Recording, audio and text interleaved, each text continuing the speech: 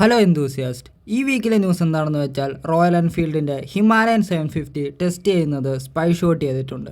കൂടുതലും ഇൻ്റർനാഷണൽ മാർക്കറ്റിനെ ഫോക്കസ് ചെയ്തുകൊണ്ടാണ് റോയൽ എൻഫീൽഡ് ഈ 750cc പ്ലാറ്റ്ഫോം ബിൽഡ് ചെയ്യുന്നത്. നിലവിലുള്ള ഹിമാലയനെ വെച്ച് കമ്പയർ ചെയ്യുമ്പോൾ കുറച്ചുകൂടെ ബിഗ് സൈസ് അഡ്വഞ്ചർ ടൂറാണിത്. ഫീച്ചേഴ്സ് നോക്കുകയാണെങ്കിൽ ഒരു റൗണ്ട് LED ഹെഡ്ലൈറ്റ് ആണ് കൊടുത്തിരിക്കുന്നത്. അഡ്വഞ്ചർ ബൈക്ക് ആയതുകൊണ്ട് തന്നെ ഒരു ടോൾ വിൻസ്ക്രീനും കൊടുത്തിട്ടുണ്ട്. പഴയ ഹിമാലയനെ അപേക്ഷിച്ച് കുറച്ചുകൂടെ പ്രൊമിനൻ്റ് ആയിട്ടുള്ള ടാങ്ക് എക്സ്റ്റൻഷനും സ്ക്ലപ്ചേർഡ് ടാങ്ക് ഡിസൈനുമാണ് കൊടുത്തിരിക്കുന്നത്. പിന്നീട് സൈഡ് ഭാഗത്തോട്ട് നോക്കുകയാണെങ്കിൽ ഒരു ഹൈ മൗണ്ടഡ് എക്സോസ്റ്റും കൊടുത്തിട്ടുണ്ട്.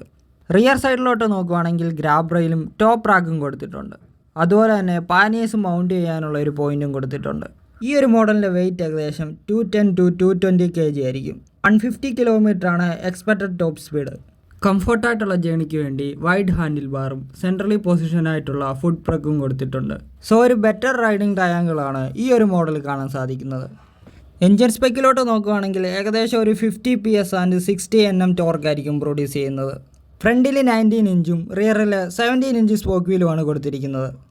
അതുപോലെ തന്നെ ഫ്രണ്ടിൽ USD ഫോർക്കും റിയറിൽ മോണോഷോക്കുമാണ് കൊടുത്തിരിക്കുന്നത്. ഫ്രണ്ടിൽ ഡ്യുവൽ ഡിസ്കും റിയറിൽ സിംഗിൾ ഡിസ്കുമാണ് വരുന്നത്. കുറച്ചുകൂടെ പ്രീമിയം ഫീച്ചേഴ്സ് ഉള്ള ഒരു TFT ഡിസ്പ്ലേ ആണ് ഈ ഒരു മോഡൽ വരാൻ സാധ്യത. ഈ ഒരു സെഗ്മെൻറ്റിൽ GT ഇൻട്രസെപ്റ്റർ മോഡലുകളായിരിക്കും ആദ്യം ലോഞ്ച് ചെയ്യുക. 2026 അവസാനം അല്ലെങ്കിൽ 27 ഹിമാലയൻ ലോഞ്ച് ചെയ്യുക.